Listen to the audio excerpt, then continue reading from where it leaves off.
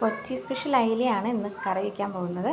നമ്മളിങ്ങനെയാണ് cut ചെയ്യുന്നത്. തല ഇത്തിരി നിർത്തിയിട്ട് അതിനായിട്ട് ഇഞ്ചി അരിഞ്ഞത്, സവാള, പിന്നെ വേപ്പില, പച്ചമുളക് 3 എണ്ണം, പിന്നെ കുറച്ച് വെളുത്തുള്ളി. അപ്പോൾ ഇത്രയും ഇട്ടിട്ട് നമ്മൾ എടുക്കുന്നത് എടപ്പാലുണ്ട്.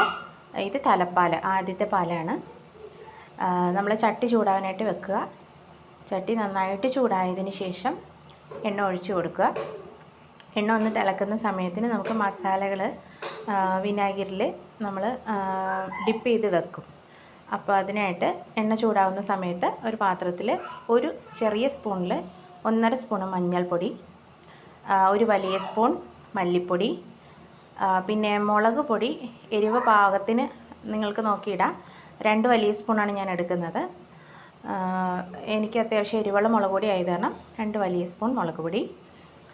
പിന്നെ വരുന്നത് കുറച്ച് ഒരു ചെറിയ സ്പൂണ് കുരുമുളക് പൊടി.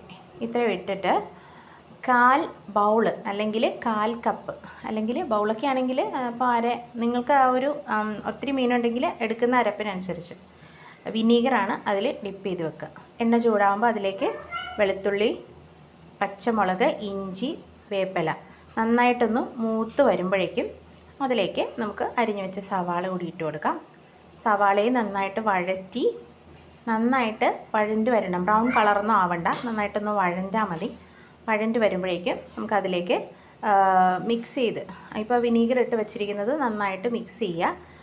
വിനീഗർ പോരെന്നുണ്ടെങ്കിൽ കുറച്ച് എടപ്പാൽ കൂടി ചേർത്ത് മിക്സ് ചെയ്യുക. ആ അരപ്പ് നമ്മളിതിലേക്ക് ഇട്ട് കൊടുക്കും. എന്നിട്ട് സിമ്മിലേക്ക് വെച്ചതിന് ശേഷം നന്നായിട്ട് ഇളക്കി അരപ്പ് മൊരിഞ്ഞ് വരുന്നവരെ ഇളക്കുക. അതിനുശേഷം അതിലേക്ക് നമ്മൾ എടപ്പാൽ ഒഴിച്ച് കൊടുക്കും.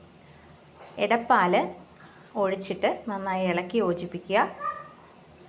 അതിനുശേഷം ആവശ്യത്തിന് ഉപ്പ് കൂടി ചേർത്ത് കൊടുക്കാം.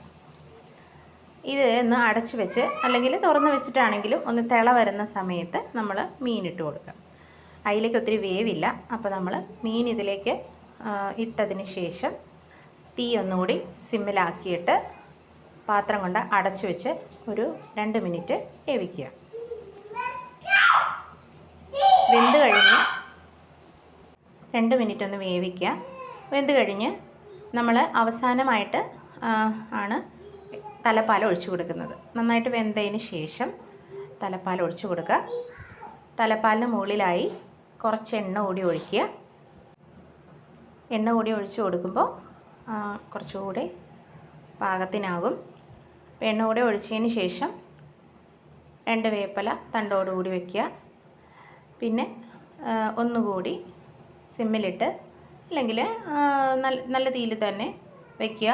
നന്നായിട്ട് തിള വരുന്നത് വരെ അടച്ചു വയ്ക്കുക. നന്നായിട്ട് തിള വരുമ്പോൾ കറി പാകമായി.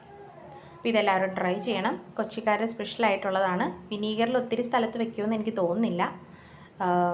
അത് നമുക്ക് പുട്ടിൻ്റെ കൂടെയോ ചോറിൻ്റെ കൂടെയൊക്കെ നന്നായിട്ട് കഴിക്കാം.